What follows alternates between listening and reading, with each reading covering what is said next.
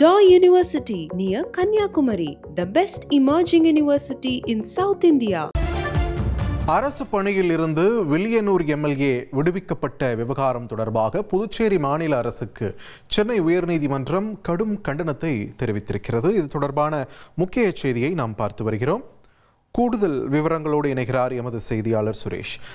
வணக்கம். இந்த வழக்கின் பின்னணி என்ன, தற்பொழுது எதன் அடிப்படையில் தனது கண்டனத்தை சென்னை உயர்நீதிமன்றம் பதிவு பண்ணியிருக்காங்க? விரிவான தகவல்கள். வணக்கம். வருமானத்துக்கு அதிகமா சொத்து சேர்த்துடா புதுச்சேரி மாநில பஞ்சாயத்து துறையில டேட்டா என்ட்ரி ஆபரேட்டரா பணியாற்றி வந்த ரவிக்குமாருக்கு எதிராக சிபிஐ ஒரு வழக்கு பதிவு செஞ்சு அந்த வழக்கு விசாரணையில் இருக்கு. இந்த நிலையில அரசு பணியிலிருந்து விடுவிக்கணும்ன்ற கோரிக்கையோட அவர் தாக்கல் செய்த வழக்கை விசாரித்த உயர்நீதிமன்றம் உடனடியா அவரை பணியிலிருந்து விடுவிக்கணும்னு சொல்லி உத்தரவு போடுது. இந்த உத்தரவின் அடிப்படையில அவர் பணியிலிருந்து விடுவிக்கப்பட்டார். அதன் தொடர்ச்சியாக அவர் ரவிக்குமார் நடந்து முடிந்த அந்த சட்டமன்ற தேர்தலில் என்ஆர் காங்கிரஸ் வேட்பாளராக வில்லியனூர் தொகுதியில போட்டியிட்டு வெற்றி பெற்றிருக்கிறாரு.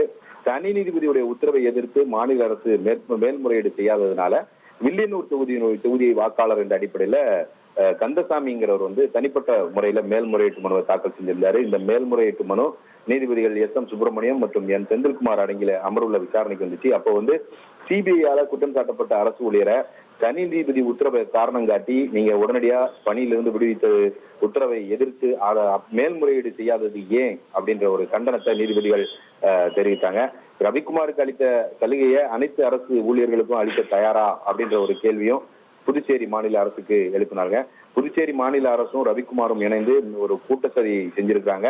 ஆளுங்கட்சி சார்பில் போட்டியிட்டதுனாலதான் அவருக்கு இந்த சலுகை காட்டப்பட்டிருக்கிறா.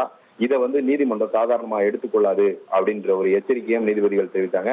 அப்போ இந்த மேல்முறையீட்டு மனுவுக்கு பதிலளிக்க 2 வார கால அவகாசம் வழங்கணும்னு சொல்லி புதுச்சேரி அரசு தரப்புல கேட்டுக்கொண்டதை எடுத்துக்கொண்டு 2 வார காலத்துக்குள்ள நீங்க உரிய விளக்கத்தை தரலைன்னா புதுச்சேரி அரசுக்கு எதிராக இந்த நீதிமன்றம் தீவிரமாக கருதும் பரிசீலிக்க நேரிடும் அப்படின்ற ஒரு எச்சரிக்கையும் விடுத்து இந்த வழக்கின் விசாரணையை 2 வாரங்களுக்கு தள்ளி வச்சிருக்காங்க. நன்றி சுரேஷ், உங்கள் விரிவான தகவல்களுக்கு. Daw University near Kanyakumari, the best emerging university in South India.